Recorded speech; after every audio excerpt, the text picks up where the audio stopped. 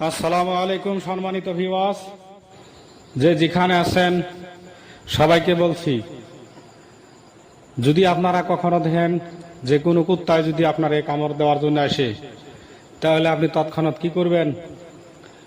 ছোট্ট একটা দোয়া আছে, আপনারা হিকাই দিব। এই ছোট্ট একটা দোয়ার পড়ার পরে যদি আপনি একটা কাম করতে পারেন, তাহলে অবশ্যই আপনারা আর কুত্তে কামড় দিব না। তো যাই হোক, কথা না বাড়িয়ে শুরু করছি।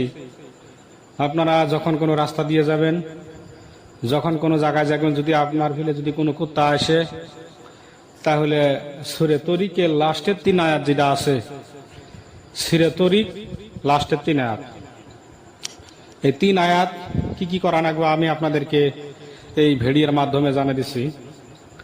যে যখন আপনার কুত্তে যদি আসার সম্ভাবনা থাকে বা ওই জায়গাতে গেলে আপনার কুত্তার কামড় দেওয়ার সম্ভাবনা থাকে, তাহলে আপনি আগে থাকি এই আমলটা করতে পারেন।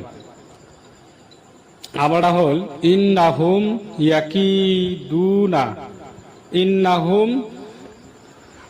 ইন্নাহুম ইয়াকিদুনা কাইদাও ওয়াকিদু কাইদা।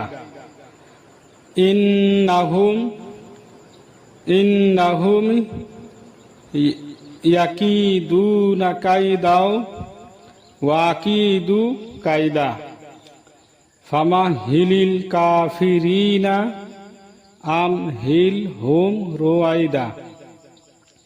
ফামাহিলিল কাফিরিনা আমহিলহুম রুয়াইদা। আবার ভালো করে মুখস্থ করবেন। ইন্নাহুম ইয়াকিদুনা কাইদাও ওয়া আকিদু কাইদা ফামাহিলিল কাফিরিনা আমহিলহুম রুয়াইদা। এই দোকাটা মুখস্থ করবেন। মুখস্থ করার পরে আপনি কি করবেন? ওই যে হাতের যে কাই আঙ্গুল আছে, ওই কাই আঙ্গুলে কি করবেন? চিমটি দিয়ে ধরবেন, ঠিক আছে? কুত্তা যত দ্রুত আসুক, আপনার এই দোয়া বললে ইনশাআল্লাহ কুত্তের রাগ অতি শীঘ্রই পানি হয়ে যাবে। আপনারা যদি আমলটা করতে পারেন, তাহলে কুত্তের হাত থাকি, কুত্তের থাকি আপনি কি বাঁচতে পারবেন।